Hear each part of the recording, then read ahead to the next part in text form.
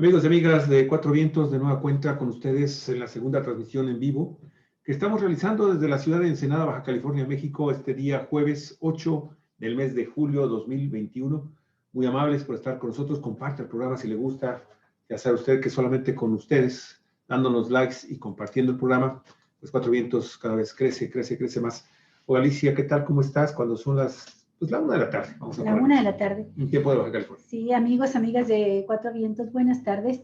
Bueno, desde hace unos minutos empezó una protesta, Javier, en Mexicali, de los activistas de Resistencias Unidas de Baja California, los defensores del agua en el estado, los que hicieron posible que se realizara una consulta popular que de manera contundente votó en contra de la instalación de la cervecera Constellation Brands y que hizo posible que el presidente de la República tomara la decisión de entablar negociaciones con la empresa para que se saliera del estado y se instale por allá en el sureste, en lugares de la República donde sobra agua.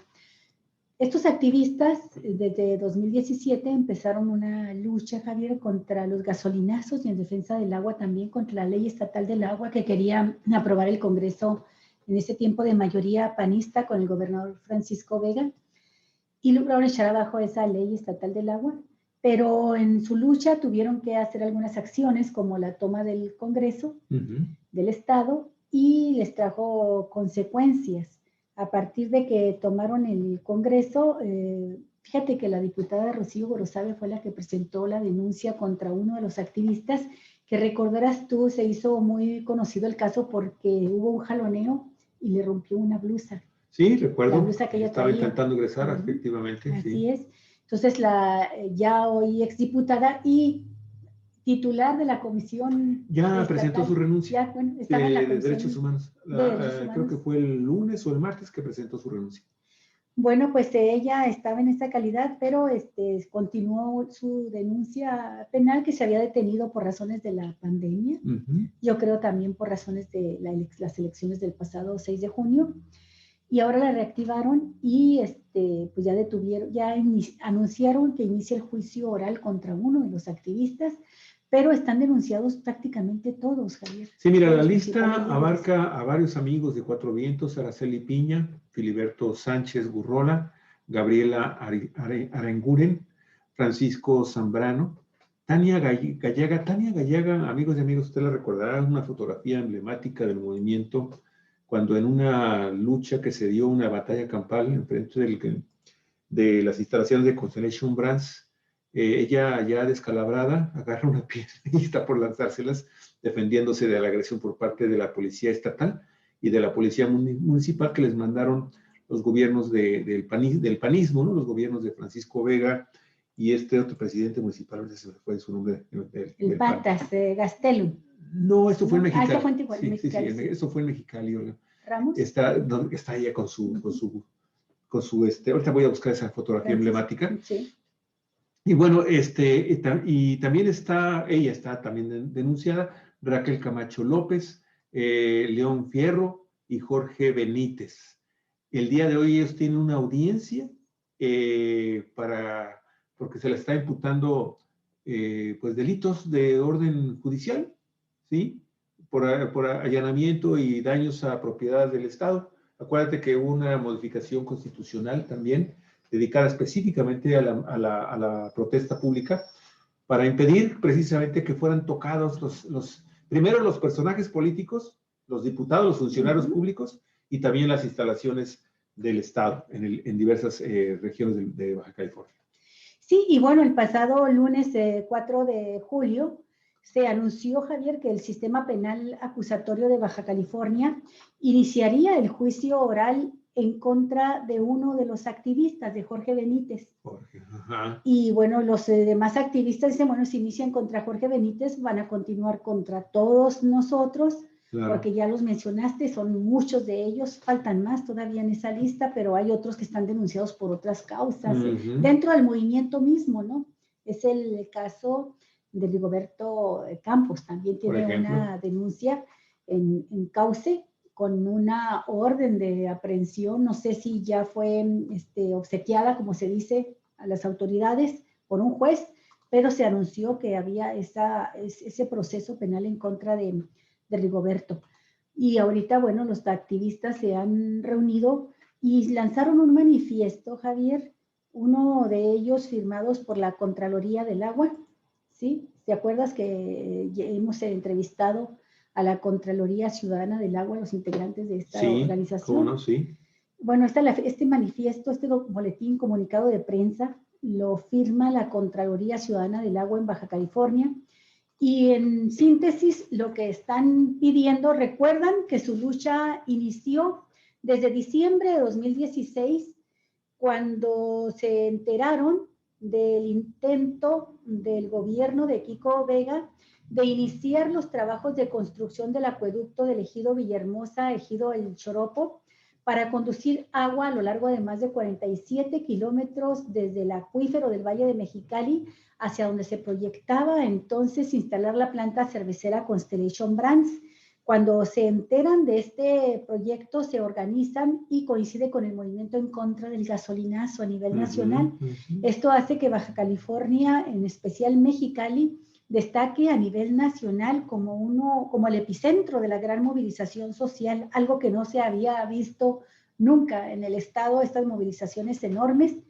Y la lucha continúa a grado tal que logran que el mismo Congreso que acababa de aprobar la ley estatal de aguas, que en el fondo era una privatización del agua, que el mismo Congreso, a petición del gobernador, desechara la ley, la cancelara, ¿no? La derogara, la palabra. Y pero bueno, se suscitaron una serie de confrontaciones con el gobierno, con las fuerzas represivas del gobierno de Francisco Vega. Una de ellas fue la que mencionaste ahorita en Rancho Mena. Rancho Mena, en enero de 2018, razón por la cual surgió ahí orden de aprehensión contra Rigoberto Campos y también contra este muchacho León, ¿te acuerdas? León, acabo de leer su nombre. Sí, bueno, León Fierro. León Fierro, perdón. León Fierro. Híjole, y a León Fierro lo llevaron a la cárcel, lo llevaron a juicio, le dictaron una sentencia, pero el movimiento logró sacarlo libre.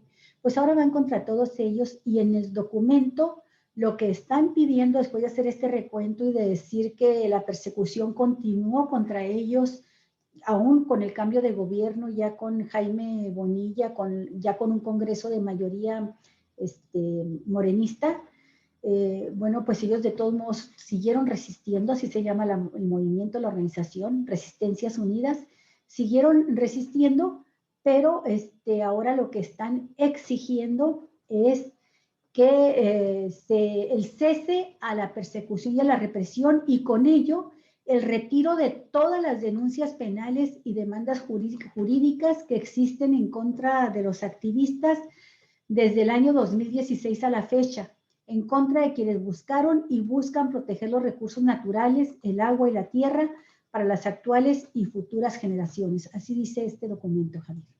Así es, mira aquí, me encontré, ya está aquí la fotografía de Tania. Esta fotografía que te digo es emblemática. La voy a poner ahorita precisamente para que ubiquemos de qué estamos hablando, ¿no? De qué tipo de resistencia se encontraron los gobiernos panistas a este tema de Constellation Brands. Y ha sido una de las fotografías emblemáticas del movimiento que tiene una difusión y un respaldo internacional.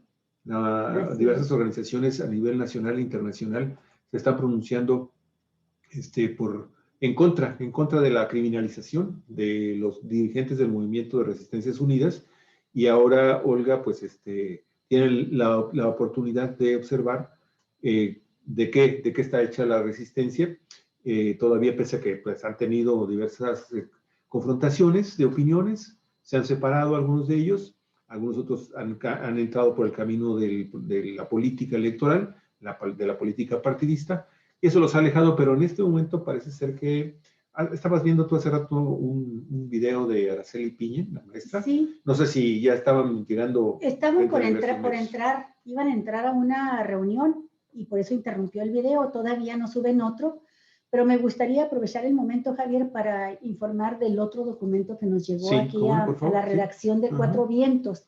Este manifiesto lo emitió la organización política del pueblo y los trabajadores, y plantea el no a la persecución política de activistas defensores del agua, no a la criminalización de la protesta y el respeto total a la voluntad popular, fuera Constellation Brands. Y dan los nombres que tú ya mencionaste ahorita, Javier, de los activistas que tienen denuncias en contra de ellos, presentada por la 23 legislatura, que era en su mayoría panista, en el gobierno del panista Francisco Vega. Y el expediente, Javier, que se abrió en contra de ellos como una denuncia colectiva, fue el 02/2017/42.577, y señala esta organización política, Javier, Organización Política del Pueblo y los Trabajadores, que aunque esta acusación impuesta en el 2017 fue cerrada por el juzgado número 4 del sistema penal, ha sido reabierta este año por la actual legislatura, la legislatura del gobierno de Bonilla, la legislatura en su mayoría morenista, y que se ha programado una audiencia para este día 8 de julio. Estas acciones hoy por el gobierno de Jaime Bonilla, dice el documento, expresan la continuidad de los planes del gobierno de Francisco Vega de la Madrid. Este es un claro mensaje contra toda expresión política independiente y democrática. Es la criminalización de la protesta social y un respaldo a la empresa Constellation Brands y de quienes por décadas se han servido del dinero público a través de las supuestas asociaciones públicas privadas. Es decir, es una reivindicación de los intereses de la Coparmex, Canacintra, Index, entre otras organizaciones, dice este documento, entre otras organizaciones de la mafia empresarial. Pues aquí, don Alicia, el problema fundamental es que estos actos de revictimización, de revanchas políticas, pues surge de una legislatura que pues se supone está en contra de la represión de a los movimientos sociales. Sí. ¿Cuántas veces hemos escuchado al presidente de la República, Andrés Manuel López Obrador, decir que pues se respeta el derecho a la manifestación y a la protesta, y que pues jamás se va a tomar un acto de venganza o de represión? Y esto pues tiene todos los signos de ser eso, ¿no? Tiene todos los signos de ser eso porque el movimiento de Resistencias Unidas de Baja California no paró con la llegada del nuevo gobierno de Jaime Bonilla y esta legislatura de mayoría totalmente morenista, con sus aliados, el Partido del Trabajo, el Partido Verde Ecologista, y ellos insistieron ante este gobierno y ante esta legislatura de que pues se hicieran todo lo necesario para que Constellation Brands, la transnacional cervecera estadounidense, pues se retirara del estado de aquí del estado de Baja California, y pues no nada más fueron omisos, sino que también abiertamente participaron en colaboración, así humillante, realmente deleznable, para que la Constellation Brands se quedara, pese a que se había ya hablado del resultado de una consulta que se hizo en Mexicali para que esta compañía se quedara o se fuera, y la votación fue abrumadoramente a favor de que se fuera, ¿sí? Y vimos al ayuntamiento de Mexicali, de la que va a ser la gobernadora, que es la gobernadora electa ya de Baja California, Marina Pilar, apoyando abiertamente a la compañía. Tuvo que ratificar por la protesta precisamente de las resistencias. El gobernador haciendo hasta lo imposible para llevarse el proyecto a la zona costa de Baja California, donde dice él que sí hay agua. Sí, que nos preguntan en este momento si hay la maldita agua. Y esta legislatura que pues realizó todo lo necesario para ir preparando lo que están ahora haciendo en revancha, porque tú recordarás cómo algunas diputadas morenistas se quisieron acercar, previo a que tomaran posesión ellas como diputadas estatales, se quisieron acercar a dialogar, más que a dialogar, a tratar de establecer estas comunicaciones, simular un diálogo, ¿no? Así, estos monólogos en donde nada más ellas quieren escuchar, ser las que se expresan, y fingir que se está escuchando a las personas con las que se están entrevistando. Y tú recordarás que incluso ahí hubo una falsa acusación de que incluso habían utilizado a un niño para presionar a una de las legisladoras acá por las zonas rural del municipio de Ensenada, y cosa que fue totalmente una mentira. Sí, cuando pedimos pruebas no las pudieron aportar. Así es, no se pudieron aportar, y bueno, eso, y sabemos que, por ejemplo, en el caso de esta diputada del que estamos hablando, es muy, pero muy, muy vengativa. Entonces, pues no dudo de que estén metidos estos personajes de nueva cuenta, pues aquí. Bueno, y ahí estuvo en esta ese momento revictimización, también, ¿no? Montserrat Caballero, estuvo en esta ¿En comisión esa comisión? que fue a dialogar con los activistas, con los líderes de las resistencias, para que entregaran el Congreso, la sede del Congreso, y hacer el cambio de legislatura, Javier, de la salida de la legislatura, de la última de Francisco Vega, del sexenio de Vega, y la primera de los 2 años de Jaime Bonilla, la legislatura de 2 años. Y estuvo Montserrat Caballero, que por cierto ahora ya es alcaldesa de Tijuana, ¿verdad? Así es, sí, es la presidenta municipal de Tijuana. Sí. Así es. Bueno, este documento del Comité Regional de la Organización Política del Pueblo y los Trabajadores de Baja California dice así en sus 2 últimos párrafos. Desde esta organización refrendamos nuestro apoyo total a los defensores del agua, la soberanía nacional y del territorio. Exigimos al gobierno estatal, a la 23 legislatura, así como a la recién electa, un alto total a la criminalización de la protesta, libertad incondicional, liberación de cargos a todos los activistas contra quienes se tienen denuncias penales por expresar su derecho a la protesta social. Y concluyen, hacemos un llamado a todas las organizaciones, colectivos y ciudadanos democráticos a la más amplia unidad en defensa de nuestros compañeros, porque si golpean a uno, nos golpean a todos. Porque gobierne quien gobierne, los derechos se defienden. Y esta última parte, gobierne quien gobierne, los derechos se defienden, es de subrayarse, Javier, porque varios de los líderes que están ahorita con amenazas de denuncias penales, Javier, de reabrirles los procesos en contra de ellos, como es el caso de la maestra Alma Araceli Piña, pues durante las elecciones pasadas hicieron un abierto llamado, una campaña constante al voto masivo a favor de Morena. Con todas las críticas que tienen al gobierno de Bonilla, ellos llamaron a los ciudadanos a votar por Bonilla, a votar parejo, votar por los candidatos a diputados, y son los que van a integrar la nueva legislatura, varios de ellos reelectos, y ahora pues resulta que pues enderezan esta acción persecutoria, penal, represiva en contra de ellos, ¿no? Sí, muy lamentable. Ojalá esto llegue a oídos de la presidencia nacional del país, para que vea cómo finalmente, pues uno es el discurso de muy buena intención y con mucho ánimo, y realmente lo está ejecutando el presidente, y otra es finalmente lo que la gente que ha colonizado Morena, acá en Baja California, pues está haciendo ya en la práctica, ¿no?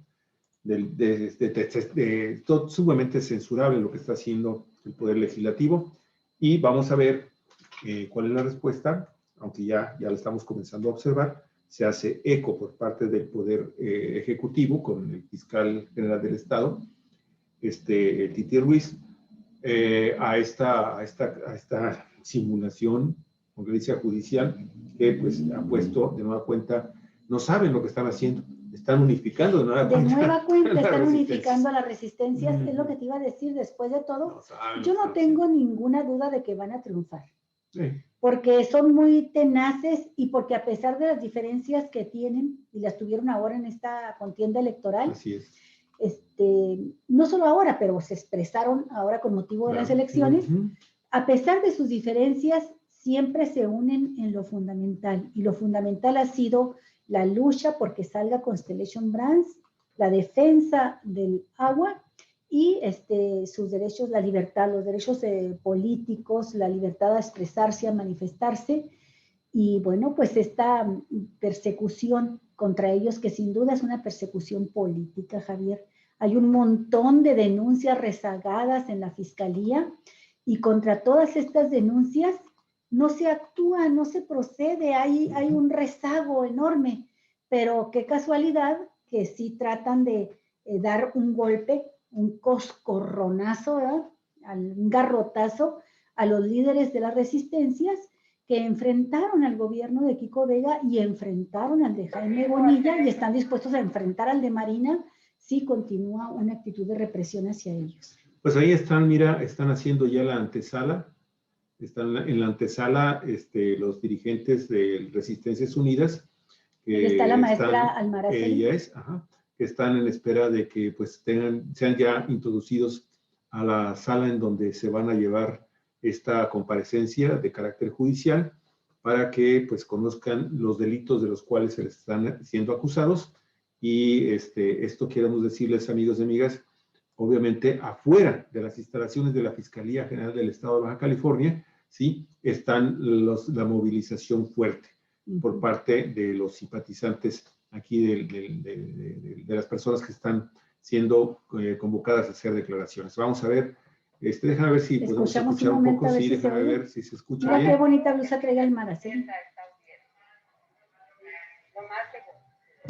Esperamos la notificación, pero lo que sí estamos haciendo es regresar esa denuncia en el formato de exigencia. Es una exigencia que estamos presentando como ciudadanos, como pueblo que defiende sus derechos, y en esta trinchera que se llama Mexicali, en este desierto, defendemos el agua. Exigimos respeto a la decisión del pueblo. Tuvimos una consulta el año pasado, los días 21 y 22 de marzo, donde todos, bueno, el 71.6% salimos a decir fuera por Telesombra. Es cierto, es inversión, es cierto, pero también es muerte. Dejar esa cervecera en Mexicali también significa muerte. Nuestro valle es tan lastimado, no soportaba más. Así es que la ciudad necesita cada vez más agua porque hay más población. Los municipios de Ensenada, Tijuana carecen de agua. O sea, no es un capricho, esto es una realidad. Estamos en sequía. Pero la peor sequía que padecemos es la de justicia. Es la peor justicia que estamos padeciendo en muchos lugares del país. Y aquí en Baja California ha sido gobierno tras gobierno, abuso y corrupción. Los denunciamos y pedimos a la Fiscalía General del Estado que abra la carpeta de la denuncia penal que presentamos el año pasado en la Fiscalía General de la República en contra de la 22 y 23 legislatura, igual que de los dos gobernadores que corresponden, Kiko Vega y Jaime Bonilla. Porque se atrevieron no solo a violentar lo que el pueblo había decidido en las elecciones, sino también a manejar sobornos. Así es. Para que se le otorgara una ampliación de mandato al señor gobernador Bonilla. Lo votamos por 2 años y 2 años son. Así es que, bueno, eso a grandes rasgos y vamos a seguir esperando. Sí, al parecer ahorita, bueno, salió una persona y nos dijo que la audiencia se va a suspender y luego nos van a volver a notificar para cuándo, porque no hay juez. Que la juez que iba a llevar el caso ahorita se encuentra en una audiencia oral y no puede atenderla, entonces se cancela la audiencia, la cancelaron. Y nomás estamos esperando que nos notifiquen oficialmente, pero sí ya nos dijeron que está cancelada, ¿verdad? Va el reto. Terminen sus obras. Si iniciaron esto, termínenlo. Sí, porque nos ponen ahí que tenemos que presentarnos, y si no nos presentáramos, eran una multa de 20 UMAS, entonces casi 2,000 pesos nos iban a multar, ¿no? Si no veníamos. Que los multen a ellos, que multen a la juez, que multen a cada funcionario y legislador que están en contra del pueblo, que los multen. Porque habemos gente que trabajamos, dejamos de trabajar. Yo dejé de trabajar, hablé que no iba a poder ir para venirme, ¿no? Y me imagino que muchos. Y luego los abogados aquí presentes también dejan de hacer sus cosas que tienen que trabajos para venir, para que nomás nos digan, ¿sabes qué? Se suspendió. Que ellos vienen apoyándonos, solidarios, porque no nos están cobrando ni un centavo. Están atendiendo la causa del pueblo. Esto es lo que queremos decirles. Y bueno, te voy a preguntar para que oficialmente. Para que quede así. Abogado, ¿qué procede si nos cancelan? Bueno, como todavía no estamos enterados, No hay notificación. de la notificación, ¿cuál es el argumento? Yo creo que hay que esperar, pero oficialmente nos dijeron que es porque la juez está, quien iba a desahogar la audiencia, está ocupada, todavía no se ha desocupado de otra audiencia, de en la que está y no hay quien lo suple. Ese es el argumento. Si ese fuera el argumento, pues únicamente se señalará nueva fecha para llevar a cabo la audiencia. Y pueden estar manejando la situación de esa manera indefinidamente o por eso que se puede llevar a cabo esto. Hay justificación para evitarlo. Bueno, pues esperemos que tomen en cuenta que también tenemos compromisos, también tenemos una agenda personal, familiar y ciudadana. Pues eso es todo. Muchas gracias porque nos están apoyando, nos están siguiendo. Gracias al licenciado Josué Solorio, al licenciado Luis Alfonso Vargas, al licenciado Daniel Solorio y a todos los que están atentos, compañeros. Esto es muy importante para nosotros porque tenemos que seguir la lucha, decirlo, que vamos a continuar hasta la victoria. Gracias. Gracias, compartan por favor y esperen una nueva transmisión cuando estemos afuera ya de este recinto. Hasta pronto. Hasta pronto. Bueno, pues ya vieron ustedes, amigos, amigas de Cuatro Vientos, ya se dieron cuenta. Este es un procedimiento común también, una táctica, son tácticas dilatorias para fatigar, para cansar, para desesperar al movimiento, Javier, para irlo desactivando por esa vía. Pero no creo que lo logren. Son líderes muy probados. Incluso ahorita que vi a la maestra Almaraceli con esa blusa muy bonita que se parece a una que yo tengo de hace mucho tiempo. Sí, que te había comentado. Sí, ahorita que la vi, recordé que ella, y creo que fue la maestra o la enfermera también, Norma Herrera, otros compañeros de ella que estuvieron yendo a la Ciudad de México una y otra vez a diferentes dependencias, a la Comisión Nacional de Derechos Humanos, a la Fiscalía General de la República, incluso a la mañanera, las conferencias mañaneras de Andrés Manuel López Obrador, del presidente, bueno, por andar viajando así, buscando solución a sus demandas de este movimiento social tan importante y que sucedió en plena pandemia, Javier, en los picos más altos de la pandemia, pues algunas de ellas se enfermaron y se contrajeron la enfermedad. O sea que cuando decimos que poniendo en riesgo la salud y la vida, no es una frase hecha. Fueron actos, conductas concretas que por su perseverancia en la lucha, pues estuvieron en esos riesgos, Javier, de enfermedad, y usted sabe lo que es el COVID, lo que fue, los daños que causa este coronavirus. Pues con todo y eso no aflojaron en su lucha, Javier. Si no sucedió entonces, menos ahora. Así es que vamos a buscar mañana viernes darle continuidad a esta información. Ya les diremos mañana qué es lo que sucede en el transcurso de la tarde y buscaremos la posibilidad de una entrevista con algunas de los voceros líderes de este movimiento.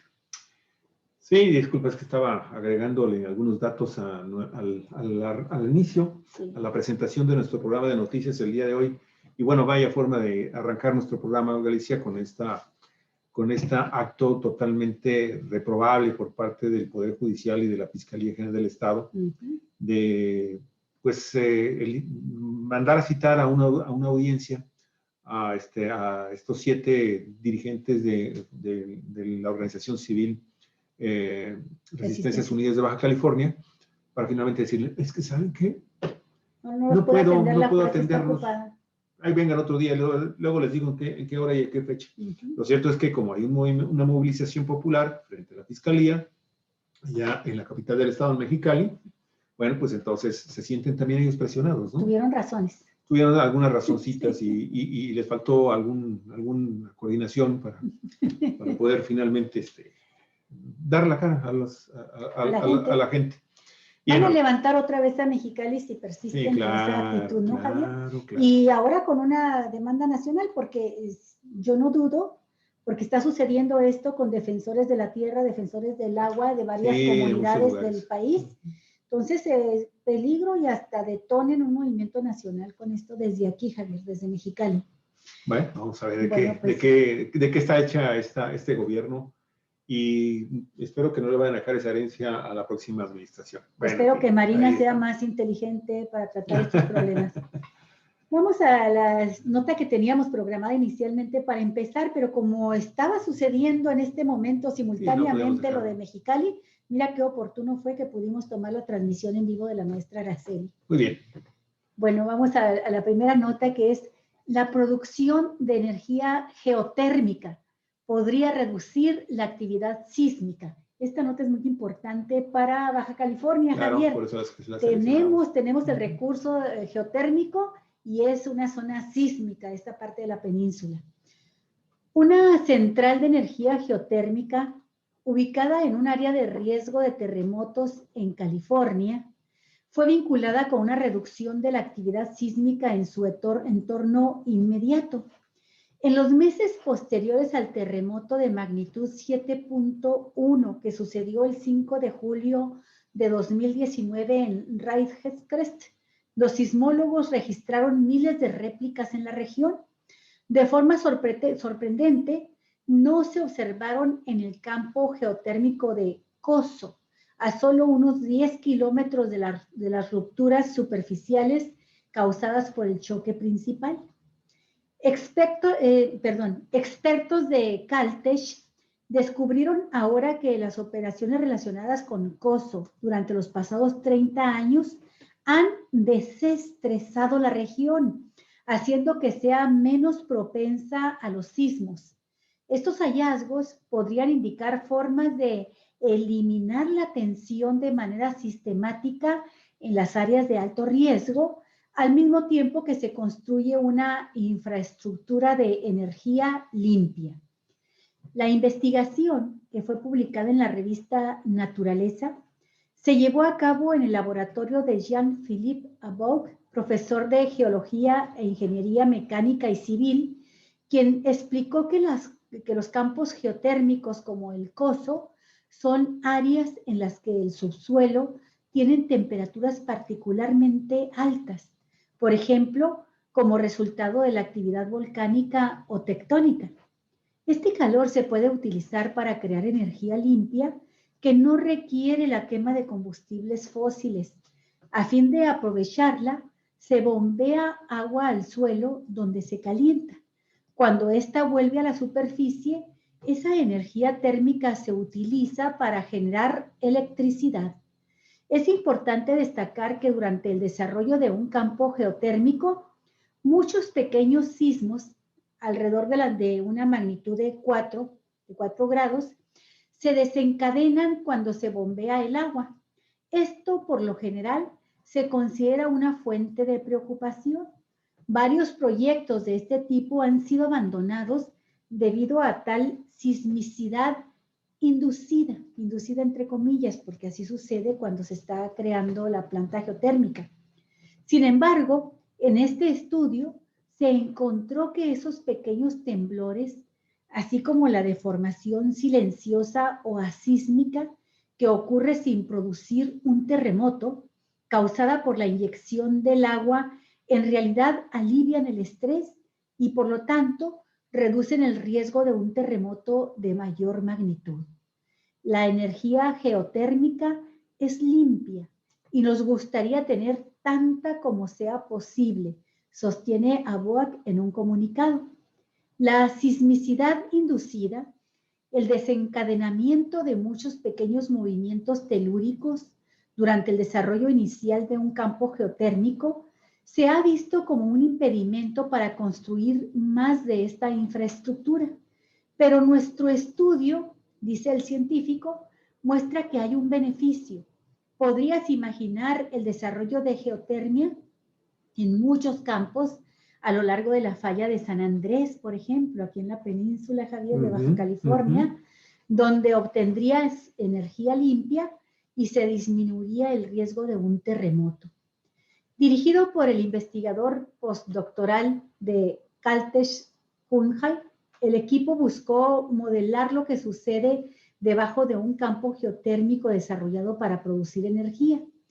Mediante la técnica interferometría de radar de apertura sintética, observó que la superficie del campo de Coso se ha deformado y hundido decenas de centímetros en las décadas transcurridas desde su creación.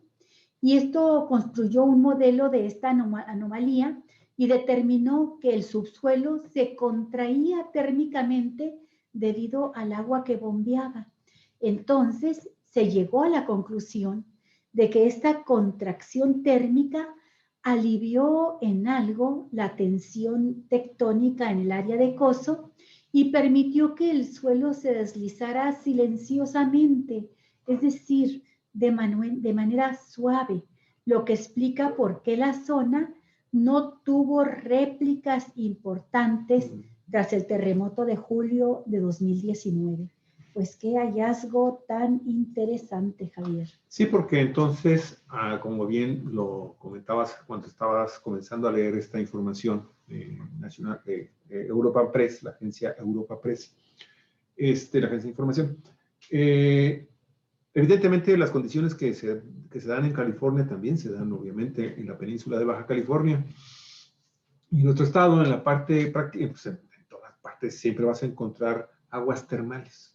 Zonas que están bajo una condición que podría generar campos geotérmicos para mayor o menor producción de energía eléctrica, pero que de alguna manera también pues, están directamente vinculados con el proceso de la alta sismicidad que se registra debido a la existencia de tantas y tantas fallas sísmicas, Olga, que se encuentran a lo largo y ancho de toda la zona norte y todo la norte del estado de Baja California, y obviamente la introducción de la falla de San Andrés por todo lo que viene siendo la parte central del Mar de Cortés. Entonces, hay que recordar que tenemos, creo que es el segundo campo geotérmico, si no es que es el primero, no recuerdo en qué se ubica, pero la Comisión Federal de Electricidad opera, les decía yo, no sé si el primero o el segundo campo geotérmico más importante de México, en una zona del Valle de Mexicali, que se conoce como Cerro Prieto. En esa zona, amigos y amigas, se están produciendo, creo que son alrededor de 170, 180 megawatts, con los puros vapores que emanan del campo geotérmico ahí en esa región del estado de Baja California, y que pues ha sido objeto también de estudios y de análisis sobre la posibilidad de que pueda aumentar su productividad. Algunos dicen que se está acabando ese campo, pero lo cierto también, Galicia, es que sin que nosotros lo conociéramos hasta la presencia de este estudio muy interesante, realizado por Caltech, fíjate que casi es seguro de que Mexicali, la zona urbana de Mexicali, de la capital del estado, se ha salvado de muchas réplicas y de estudios. Por la geotermia de Cerro Prieto.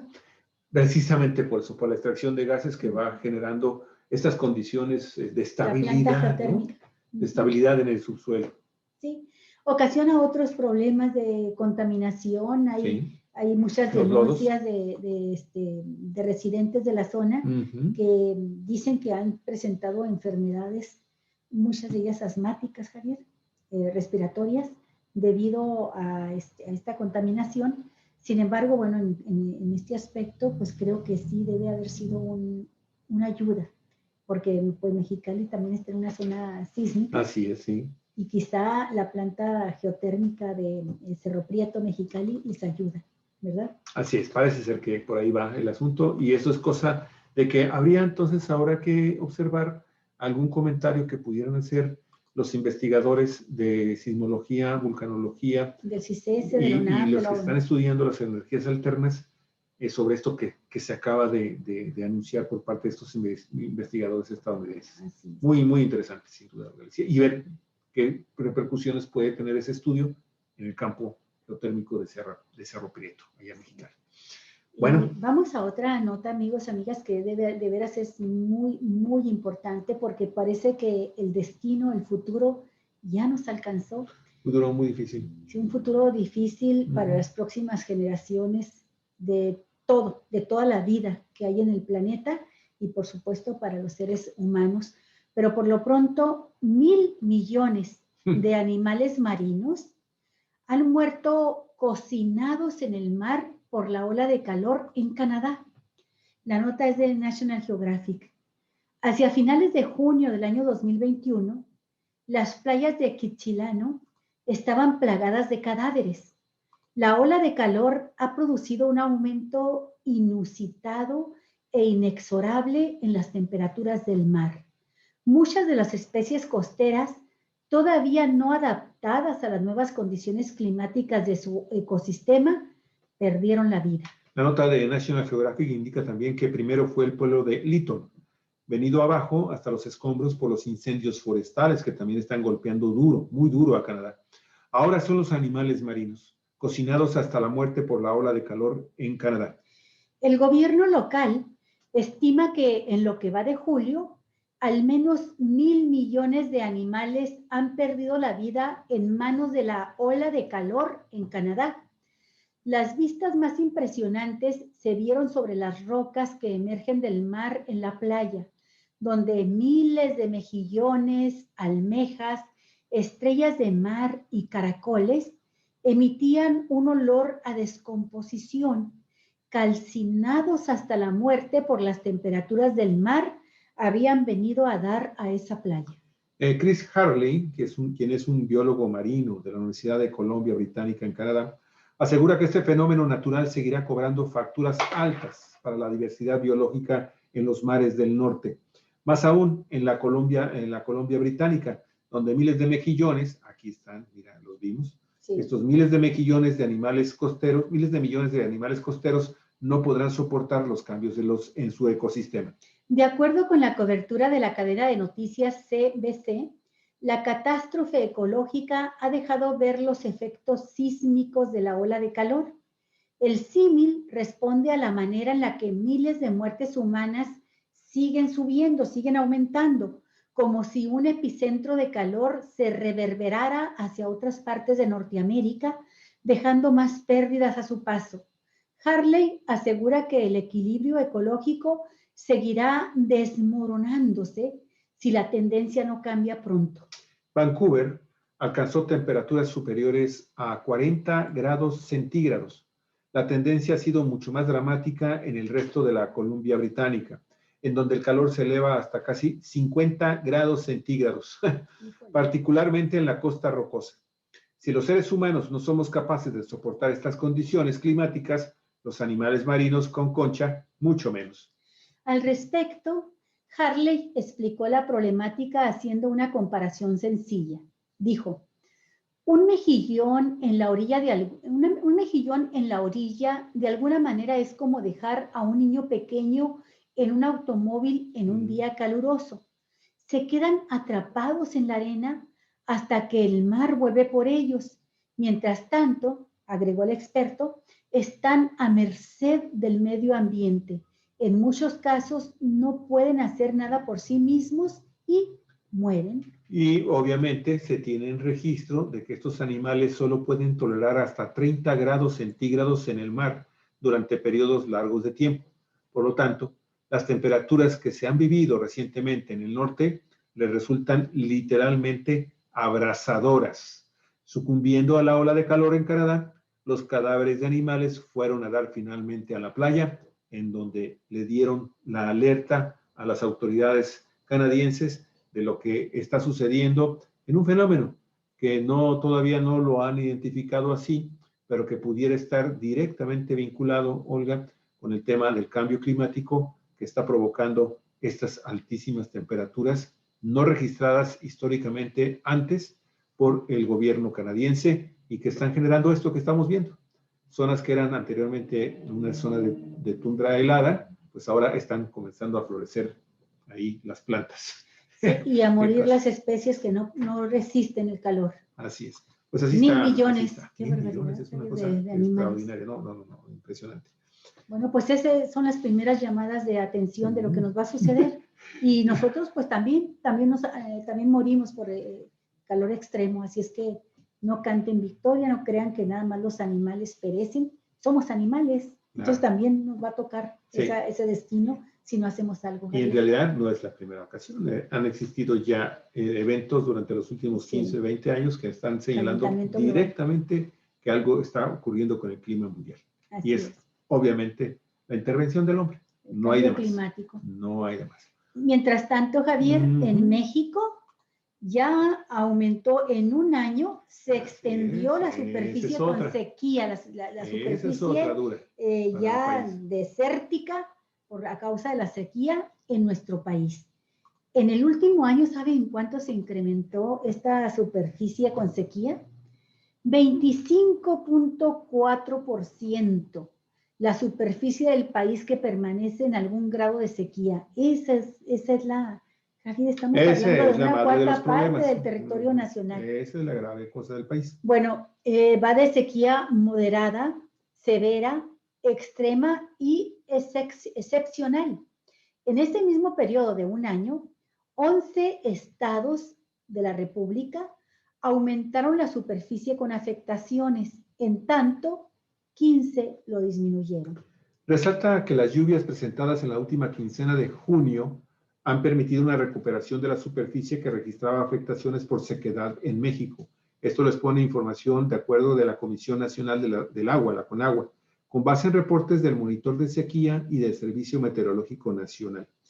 El 30 de junio del presente año, 43% de la superficie del país presentó algún grado de sequía, porcentaje superior al reportado en el mismo lapso del año 2020, cuando rondaba en 17.8% de la superficie. Fíjate, de 18 a 43%. Las condiciones de sequedad sobre el noroeste del país se asociaron al dominio de un sistema de alta presión en los niveles medios de la atmósfera, que no lo menciona este trabajo, Galicia, pero que estuvieron directamente influenciadas por el fenómeno de la Niña, que origina precisamente estos cambios drásticos en las sequías. Mientras el porcentaje de superficie anormalmente seco se redujo de 29.6 a 13% al 30 de junio en curso del año en curso. Y en el periodo de referencia, esta superficie sin afectación en México, es decir, la que no reportó condición anormalmente seca o de sequía, se redujo un 9%, debido a que el 30 de junio del 2020 este indicador fue del 52.7% de la superficie sin afectación frente al 43.8% de la misma fecha del presente año. Pero lo cierto, Galicia, es que si vemos los acumulados de lo que está sucediendo en nuestro país con el tema de la sequía, pues la verdad es de preocuparse, y yo todavía no veo una política pública enfocada específicamente a atender el tema del cambio climático. Yo no dudo de que tengan información, yo no dudo de que tengan a los expertos, yo no dudo de que tengan incluso ya también esbozado algún plan específico, pero no lo han dado a conocer. Y en el caso concreto de Baja California, o Galicia, de la península de Baja California, tenemos ya más de 10 años con este fenómeno de la sequía, a grado tal de que, bueno, ha habido años en que ha llovido lo suficiente como para mantenernos ahí medio satisfechos en nuestras necesidades. Pero en casos, y no nada más es el caso de las sequías, Olga, hay que mencionar también que los sistemas hídricos están prácticamente en un estado muy deplorable en materia de infraestructura. La infraestructura, amigos y amigas, para el recurso hídrico, la distribución, la operatividad de los sistemas, los almacenamientos de agua, dejan ya mucho que desear, y el caso extremo es ya Ensenada en particular en Baja California. De eso vamos a escribir dentro de poco ya sobre este tema. Bueno, y vamos a un tema, Javier, donde también nos afecta mucho a los mexicanos, tanto o más que los desastres naturales, tanto más que las catástrofes que nos da la naturaleza, nos vienen de la corrupción. y en este caso de la corrupción que existen en los tribunales en el país. Y es el propio presidente de la Suprema Corte de Justicia de la Nación, Arturo Saldívar, quien afirma que en los tribunales de México persiste la corrupción, y quien afirme lo contrario, dice el magistrado, quien afirme lo contrario miente descaradamente. En esta nota de Alejandro Cruz Flores del periódico La Jornada, también se informa que el ministro, al participar en la ceremonia por los 50 años del Tribunal de Justicia Administrativa en la Ciudad de México, se manifestó por mantener y fortalecer en todos los estados de la República una política de cero tolerancia hacia esa práctica de corrupción en los tribunales. Afirmó, tenemos que ser firmes y generar sanciones ejemplares para que la corrupción poco a poco sea una cuestión del pasado. Eso es lo que falta, Javier, las sanciones ejemplares. Claro, así es. Y fíjate, quien subrayó que esta corrupción es inadmisible en cualquier sector del gobierno, pero es mucho más grave cuando lo que se vende pues, es la justicia. Quien diga que en los tribunales no hay corrupción o no ha estado en un tribunal o miente descaradamente. Tenemos que ser autocríticos y la única forma de mejorar es entender los problemas que tenemos. Y agregó que se tiene que reconocer que los órganos jurisdiccionales no tienen cercanía con los ciudadanos, que no reconocen en ellos una legitimación social, sino que se les visualiza como entidades normalmente vinculadas con los poderes fácticos y económicos. Perciben a los jueces como ajenos a su vida diaria y son susceptibles de incurrir en la corrupción.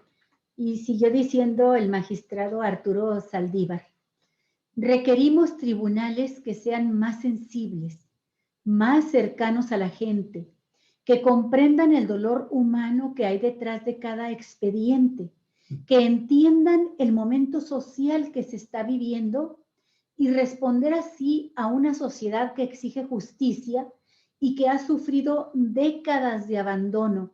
Así se expresó el ministro presidente de la Suprema Corte de Justicia de la Nación, por lo que dijo, se deben redoblar esfuerzos para tratar de revertir esta situación con el actuar diario. Y finalmente agregó que no debe de saldarse, que debe de saldarse la deuda histórica con las mujeres y fortalecer la presencia de ellas en los tribunales, así como en todos los sectores del ámbito privado y público. Como ya está sucediendo, fíjate, en la Secretaría de la Defensa Nacional, hay muchas mujeres que están ocupando ya cargos públicos.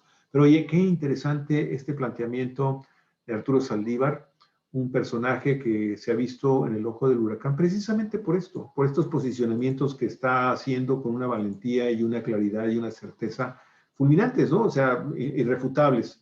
Lo cierto es que muchísimos mexicanos, amigos y amigas, que han tenido la desgracia de caer ante un tribunal, pues ahí están finalmente conociendo si les va a tocar un buen o un mal juez para resolver sus problemas. Y esto, Olga, pues ha generado toda una serie de incertidumbre y de la gente pues se siente totalmente con muchísimo miedo de tener que enfrentar un juicio porque el juez los puede acabar o la jueza los puede acabar con una decisión equivocada o que se tomó al amparo de algún arreglo. Sí, me gustó mucho esta parte, Javier, que mencionó, esta expresión concreta del ministro Saldívar. Requerimos tribunales que sean más sensibles, más cercanos a la gente, que comprendan el dolor humano que hay detrás de cada expediente, que entiendan el momento social que se está viviendo. Yo creo que si hubiésemos tenido este tipo de jueces, este tipo de tribunales, Javier, nos habríamos ahorrado mucho dolor a las familias mexicanas. Y estoy pensando en algo que preguntó hoy una periodista al presidente López Obrador. Dijo, oiga, ¿qué sucede con la instrucción que usted dio para que se agilicen todos los casos de personas que tienen años y años presos sin que se les haya podido demostrar la culpabilidad del delito que se les imputa y que no les han dictado sentencia. Y este es el caso, bueno, de Israel Vallarta, que por ejemplo, ahorita lo está mencionando todo el mundo, porque acaba de ser detenido Luis Cárdenas Palomino, que era el brazo derecho de Genaro García Luna, este supersecretario de Seguridad Pública, que era el hombre de toda la confianza de Felipe Calderón, este expresidente que pues tiene que ser llamado a cuentas, y es uno de los que están mencionados entre los que deben ser llamados a cuentas, si así lo deciden también los ciudadanos en el juicio, en la solicitud de juicio que se va a votar, Javier, ¿cómo le llaman a esto? Este ejercicio de participación ciudadana, el próximo 1 de agosto. Pero también, y si, independientemente de los resultados de este ejercicio democrático, de esta consulta ciudadana, si se ponen las pilas, Javier, en la Fiscalía General de la República y en los tribunales de justicia para hacer que respondan por lo que han hecho. Así es, Olga Alicia, pues así está el tema, muy, muy interesante. Qué buenas declaraciones, qué buenas declaraciones. Muy buenas.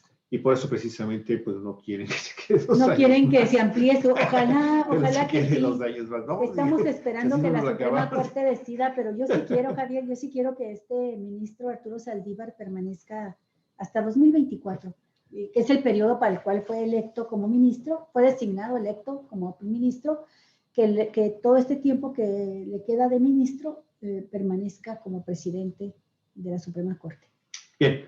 Olga, la nota número 5, que en realidad viene siendo la sexta que estamos proporcionando con ustedes el día de hoy, amigos y amigas, tiene que ver con un tema del que queremos. Yo en particular le quiero recomendar mucho la plática que sostuvimos hoy por la mañana con Jesús Sosa Castro hasta la Ciudad de México vía Zoom, y platicamos de esto, del gas bienestar que anunció ayer el presidente Andrés Manuel López Obrador para tratar de regularizar el mercado del gas LP, licuado de petróleo, aquí en México, que ha sido usado de una manera muy manipulada, muy especulativa por parte de los concesionarios. Sin embargo, trae ahorita una información que es precisamente de la base sobre la que vamos a platicar, de Guadalupe Fuentes López. Ubica a los concesionarios, Olga Alicia, pero pues si gustas podemos empezar con la lectura del texto. Sí, seguro, Javier. Un videíto mientras. Sí, y bueno, ya tocamos este tema ampliamente en el programa anterior, pero la información es importante. Sí, claro. ¿Sí? El precio del gas LP ha aumentado en un año, de mayo de 2020 al mismo mes de este año, en casi 30%, lo que ha resultado en un mayor gasto para los consumidores y en ganancias para las empresas, en especial para las 9 que controlan el mercado en México, de acuerdo con datos reportados por la Comisión Reguladora de Energía, CRE, y la Procuraduría Federal del Consumidor, la Profeco. Mire, para evitar los incrementos de este insumo que se usa en 7 de cada 10 hogares mexicanos para cocinar alimentos y calentar el agua, el gobierno federal anunció el día de ayer la creación de una empresa pública, Gas Bienestar, que será controlada por Petróleos Mexicanos, situación que generó un nuevo debate en torno a si así es conveniente otorgar más poderes a esta empresa productiva del Estado.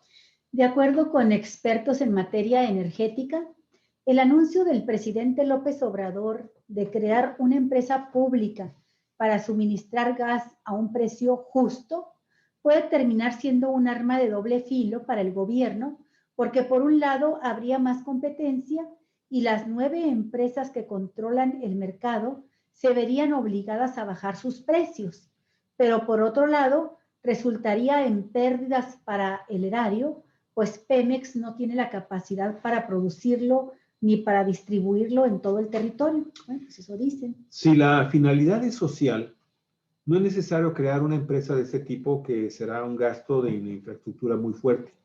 Un sistema de subsidios fiscalizados hacia la gente que más lo necesita para calentar alimentos o agua podría ser mucho más efectivo y con menos inversión del Estado, dijo en entrevista a Víctor Ramírez, quien es especialista en energía de la plataforma México, Clima y Energía. Para el analista Arturo Carranza, el anuncio en términos concretos puede resultar positivo para los consumidores por el lado de los precios, pero en términos logísticos, Pemex tiene rezagos en su infraestructura. Si Pemex tiene la responsabilidad de participar en todas las actividades, entonces deberá operar de manera eficiente para que esta presencia no signifique mayores costos, consideró este especialista. Tendrían que ampliar su presupuesto público para participar en este mercado, y el hecho de que tenga que ampliar su presupuesto significa que el gobierno va a tener que destinar más apoyos para esta empresa, y lo va a hacer ¿a costa de qué? Es la pregunta. En México, al menos 9 empresas controlan el mercado de gas LP.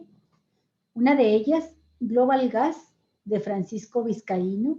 Otra, Gas Tomsa, de Tomás y Enrique Zaragoza. Estos son los juarenses que controlan el gas y la leche Zaragoza. Así es, así es.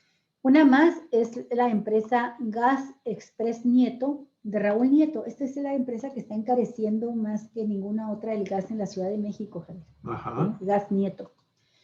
La otra empresa, Gas Uribe, de Óscar Uribe. Gas Metropolitano, de Rubén Ortiz Ramírez y Eduardo Ramírez López.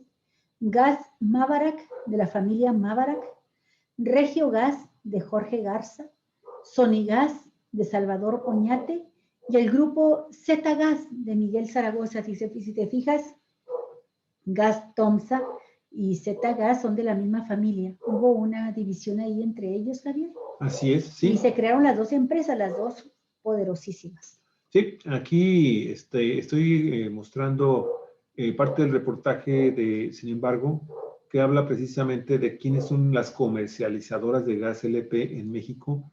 Y aquí lo interesante es ver la cantidad de concesiones, de los permisos que tienen para poder operar en la República Mexicana. Yo lo que aquí quiero destacar es esto. Esta enorme cantidad que tiene distribuidora de gas Noel SADCB con 61 permisos, Olga, ¿sí? Y hasta abajo en la lista está Pemex Logística con 7 permisos. ¡Qué barbaridad!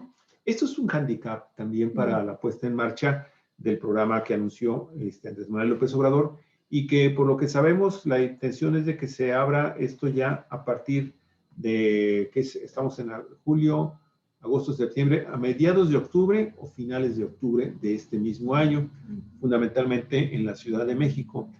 Obviamente este mercado, Galicia, dominado definitivamente por estos 9 grandes grupos que tienen también. Y esto hay que decir, ¿por qué no aparece aquí, por ejemplo, Z-Gas, el grupo Z-Gas? Porque utilizan diversas empresas para poder realizar la comercialización del gas natural en diversas regiones del país. Z-Gas, amigos y amigas, tiene presencia en casi el 80% del mercado nacional del gas LP. Lo domina, pero sí, por mucho, a grado tal que, como lo decíamos hoy en la mañana, pues ya se convirtió también en un exportador, en una empresa desde hace muchos años, transnacional mexicana. Ya está en Centroamérica, ya está en Estados Unidos. Ya tiene décadas. Y obviamente tiene una enorme ventaja en este momento sobre Pemex Logística. Habrá que ver cómo se implementa este programa. Yo lo comentaba en la mañana, que el programa no nada más debe de ser, para mí, Olga Alicia, y insisto, a mí me parece un buen proyecto.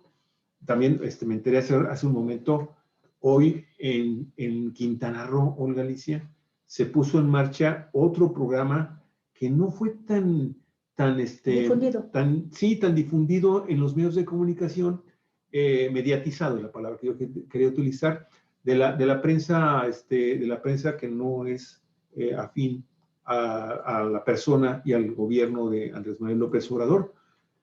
Un programa que se llama Gasolina Bienestar. Ese programa Gasolina Bienestar, amigos y amigos, sí, lo anunció hace tiempo. Bueno, lo está arrancando hoy en Quintana Roo, en un ejido en donde tuvieron varias reuniones, no un ejido, creo que son 2 o 3 ejidos, Olga, en donde se está anunciando la puesta en marcha de este proyecto a nivel nacional, ¿sí? Y lo interesante es de que estos ejidatarios me hicieron recordar por un momento lo que sucedió en Baja California en el gobierno de Luis Echeverría Álvarez, con el tema de la apertura de la carretera transpeninsular que corre desde Tijuana hasta La Paz, bueno, y ya después se amplió para la zona de Los Cabos, en Baja California Sur, pero que Luis Echeverría, en aquellas décadas de los 70s, concedió permisos de gasolineras a ejidatarios. Y yo no sé si tú te acuerdas, por ejemplo, en Cataviña hay ahí una instalación abandonada que era precisamente una gasolinera ejidal. No funcionó porque hubo ahí actos de corrupción muy fuertes y además, pues la población, si en este momento es poca la población que existe en la zona rural hacia el sur de la península, después del Valle de San Quintín y el Rosario, que es la última población importante que tenemos acá en Baja California, en la zona del norte de Baja California, pues hasta el paralelo 28 en Galicia, ¿sí? Hasta el paralelo 28. Y bueno, como se hizo una carretera transpeninsular, pues había que dotar de servicios de gasolinera, de servicios de abasto de gasolina, pues a los automovilistas. Y en ese momento se le otorgó entonces las concesiones a los ejidos, y desafortunadamente también los ejidos tuvieron problemas de corrupción, y ese proyecto fracasó. Yo no quiero pensar que sea una situación de esta naturaleza ahora, pero sí es importante ver que uno de los proyectos que ya había anunciado Andrés Manuel López Obrador, finalmente el día de hoy, muy pocos medios de comunicación lo dieron a conocer. Sí. Y ahí hay una diferencia fundamental, Javier. Estos proyectos se están buscando también en zonas que están más densamente pobladas, ¿no? Pero además, en el caso, por ejemplo, del gas, pues va a utilizarse la infraestructura que ya tiene Pemex en las gasolineras. Se va a agregar en las gasolineras un despachador, distribuidor de gas. Ya tú seguido vas y compras gas de gaseras y ves que no es una cosa tan complicada, que son instalaciones que fácilmente las puede realizar Pemex. Si la realizan otras empresas, Javier, que sacan ganancias pingües, como dices tú, pues ¿por qué no lo va a poder hacer Pemex, que ya tiene esta infraestructura? Y bueno, siempre anticipan vísperas, hablan de catástrofes financieras, de proyectos inviables, pero los proyectos ahí van marchando. Y yo creo que a muchos nos caerá muy bien ir a surtirnos de gasolina. Ojalá yo hubiera por acá una gasolinera Bienestar, y también ir a surtirnos de gas a una gasera Bienestar, hasta que los demás aprendan, Javier, aprendan que tienen que moderar su enorme avaricia, sus ansias de enriquecimiento a costa de estar incrementando el precio de productos básicos estratégicos como son los energéticos, y además recibiendo ellos siempre estos productos sin incremento de tarifas, porque por ese lado el presidente cumple lo que prometió desde su campaña, pero ¿de qué sirve que lo cumpla si a la hora de que llegue el servicio, el beneficio al consumidor, ya no hay tal beneficio, porque las ganancias se quedaron en los bolsillos de los empresarios que controlan el mercado, Javier? Así es. ¿Sí? Bueno, Olga, pues vamos a la última nota del día de hoy, amigos y amigas, un tema que ha sido desafortunadamente muy recurrente en los últimos meses, en este año de pandemia, amigos y amigas, el tema de los ciberdelitos. De nueva cuenta, hay una información que está destacando, porque fíjese, México ya se convirtió en la zona del mundo con el mayor auge del mercado de la ciberdelincuencia. Una nota de José Reyes de Contralínea. Sí, así es, Javier. Al menos 5 instituciones federales fueron hackeadas y sus archivos vulnerados o secuestrados entre mayo de 2020 y mayo de 2021. Qué interesante que son instituciones del gobierno federal. Fíjate, la Secretaría de la Función Pública sufrió un incidente de seguridad que expuso las declaraciones patrimoniales de miles de funcionarios públicos entre mayo y junio del año pasado. Luego, entre el día 5 y el día 11 de julio del 2020, la Comisión Nacional para la Protección y Defensa de los Usuarios de Servicios Financieros, el Banco de México y el Servicio de Administración Tributaria de Hacienda sufrieron afectaciones en sus respectivas páginas de Internet, y para mayo del 2021 se registró el ciberataque contra la Lotería Nacional Pronósticos Deportivos. Expertos en ciberseguridad consideran que las restricciones de movimiento impuestas por la pandemia del coronavirus dispararon el ciberdelito, una industria grande, diversificada y con fines de lucro, con individuos o grupos que a menudo desempeñan funciones específicas con una división del trabajo en su propio mercado ilícito, fácilmente disponible para impulsar la actividad en otros mercados ilícitos. Asimismo, han observado que en los mercados de la web oscura, las personas compran y venden productos ilícitos como tarjetas de crédito comprometidas, listas de contraseñas, nombres de usuarios de redes sociales y armas, así como servicios que van desde campañas de spam hasta visitas específicas. Qué miedo, Javier. Qué cosa, te hacen de todo. Te clonan tus cuentas bancarias. No, terrible. Las personas también pueden comprar herramientas para llevar a cabo delitos ciberdependientes.